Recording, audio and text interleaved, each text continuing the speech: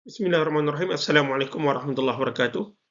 Pada kali ini kita akan bincangkan berkenaan dengan pelaksanaan proses mediasi suluh kes kekeluargaan di Malaysia dan juga Indonesia, yang mana kita memfokuskan kepada Mahkamah Syariah Biren, Aceh, Indonesia dan juga di Jabatan Kehakiman Syariah Negeri Sembilan di Malaysia.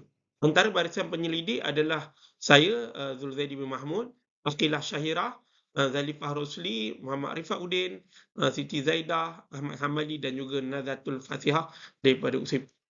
Kita terus, makalah ini membincangkan berkenaan dengan pelaksanaan proses mediasi suluh dalam kes kekeluargaan di Jabatan Kehakiman Syariah Negeri Sembilan di Malaysia dan juga Mahkamah Syariah Biren, Aceh di Indonesia.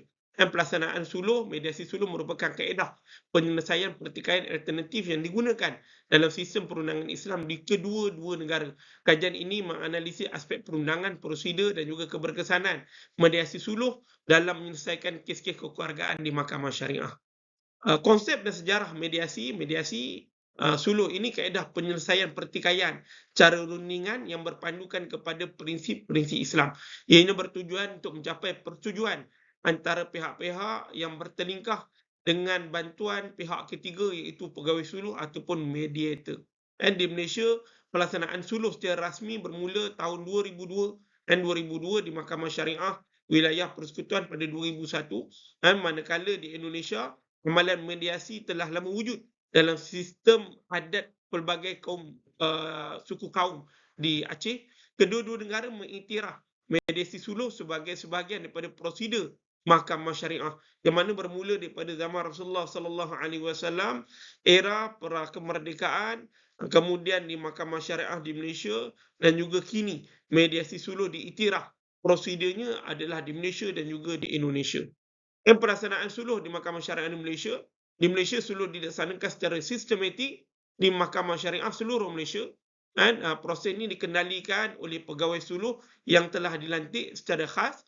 Pelaksanaan suluh berpandukan kepada peruntukan undang-undang seperti Akta Tata Cara Mal Mahkamah Syariah dan juga kaedah tata cara mal suluh di negeri-negeri. Majlis suluh dijalankan dalam tempoh 60 hari di Malaysia dan ada beberapa buah negeri telah menaikkan kepada 90 hari.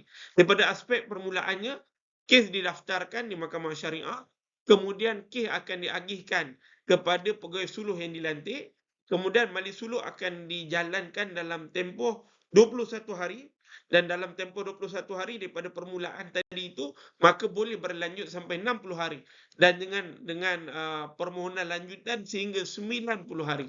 Dan keputusan perjanjian persetujuan yang telah dimeterai oleh pihak-pihak atau akan di-endorse di mahkamah sekiranya ada persetujuan. Sekiranya tidak ada persetujuan, akan diteruskan ke peringkat pembicaraan di hadapan hakim. Pelaksanaan mediasi di Mahkamah Syariah Aceh, Biren Aceh. Di Aceh, mediasi adalah langkah wajib dalam prosedur Mahkamah Syariah.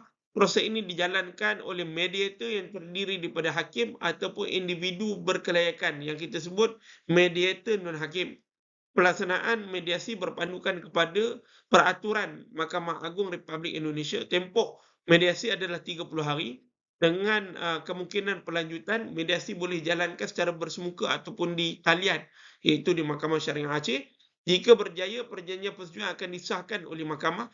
Jika gagal, kes akan diteruskan ke pembicaraan. Statistik menunjukkan peningkatan kadar kejayaan mediasi Mahkamah Syariah di Biren daripada tahun ke tahun. Pemilihan mediator, iaitu pihak-pihak memilih mediator daripada senarai yang disediakan. Kaedah mediasi dijalankan secara bersemuka ataupun dalam talian dan di platform digital. Tempoh mediasi adalah 30 hari dan kemungkinan ada perlanjutan. Hasil mediasi perjanjian disahkan oleh mahkamah. Perbandingan mediasi suluh di Malaysia dan juga di Indonesia, walaupun terdapat perbezaan dalam pelaksanaan mediasi pada kedua-dua negara ini mempunyai matlamat yang sama, iaitu menyelesaikan kes secara harmoni. Jika kita melihat kepada perbezaan perbandingannya, kalau di Malaysia dalam tempoh 60 hari boleh dilanjut sehingga 90 hari. Cuma di Negeri Sembilan masih kekal dengan 60 hari kerana belum ada pindaan lagi. Di Indonesia dikendalikan oleh hakim ataupun mediator non-hakim yang berkelayakan dalam tempoh 30 hari boleh dilanjutkan. Kemudian persamaannya menyelesaikan pertikaian secara harmoni di antara pihak-pihak. dan kompetensi pegawai suluh ataupun mediator.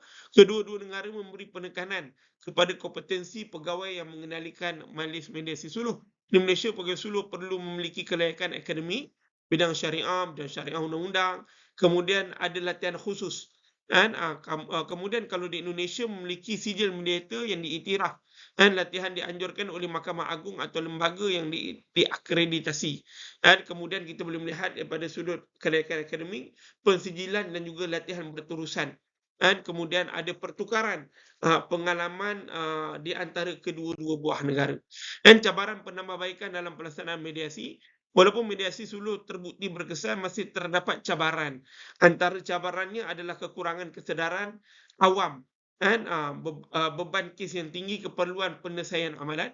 Kemudian dari sudut penambahbaikan, perlu kesedaran awam lah untuk diterangkan kepada masyarakat dan sebagainya, kelebihan kepada proses suluh, kerjasama antarabangsa, perkongsian amalan terbaik di antara Malaysia dan juga Indonesia. Dan impak dan kepentingan mediasi dalam sistem keadilan, kita melihat daripada aspek yang kita ataupun impact dia, tunggakan kes, kita rasa memang tidak ada tunggakan kes, pengurangan, kita sebutkan pengurangan tunggakan kes. Pada masa penyimatan hubungan kekeluargaan, kita dapat kekalkan harmonisasi, kerahsiaan ditingkatkan, yang mana proses mediasi suluh ini dilakukan dengan proses yang rahsia. Fleksibiliti penyelesaian adalah meningkat.